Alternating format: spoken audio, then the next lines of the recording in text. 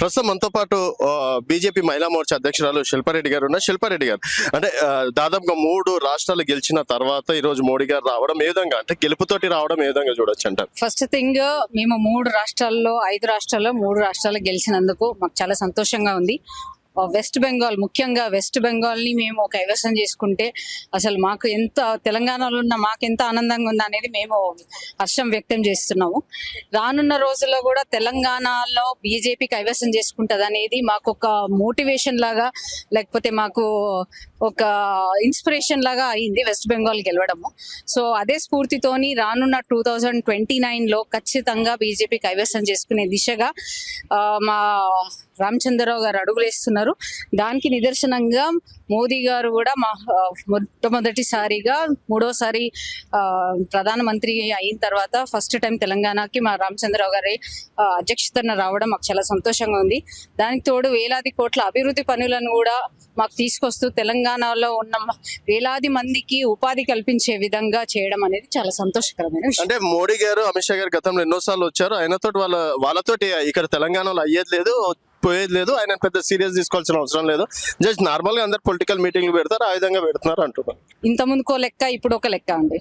Okay, ఎందుకంటే ఇప్పుడు TVK వీరంగం చేస్తుంది. నేను గవర్నమెంట్ విజయనే 30 తిప్పలు పెడుతున్నారు ఆడ.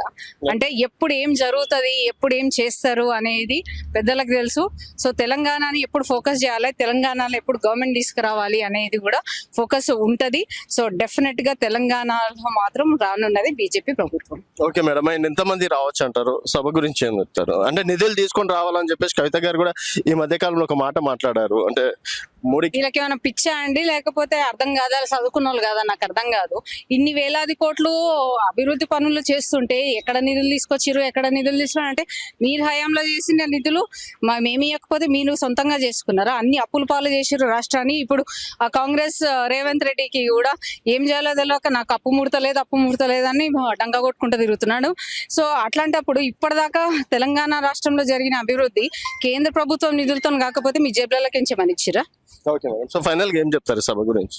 సభ ఒక చారిత్రాత్మకంగా నిలవబోతుంది. ఎందుకంటే 2 లక్షల మంది మహిళలు, 2 లక్షల మంది ఈ సభలో పాల్గొనబోతున్నారు. సో ఒక హిస్టరీ క్రియేట్ అవ్వబోతుంది. రానున్న జిహెచ్ఎంసీ ఎలక్షన్స్ కి అందరికి ఒక ఇన్స్పిరేషన్ గా, ఒక స్ఫూర్తిగా నిలవబోతుంది. ఎందుకంటే మేము గత వారం నుంచి మేము ప్రజలకు వెళ్తున్నాము. ప్రజల స్పందన చూస్తుంటే చాలా హ్యాపీగా అనిపిస్తుంది. స్వచ్ఛందంగా వాళ్ళంతలో వాళ్ళే ఫోన్లు చేసి మేము రావచ్చా మా మోదీ గారి సభకు మేము రావడానికి మేము పార్టీ కాదు, బట్ అయినా కానీ మోదీ గారి సభ అంటే ఇప్పుడు వెస్ట్ బెంగాల్ గెలిచిన తర్వాత అందరిలో కూడా ఒక చైతన్యం వచ్చింది, ప్రజల్లో కూడా.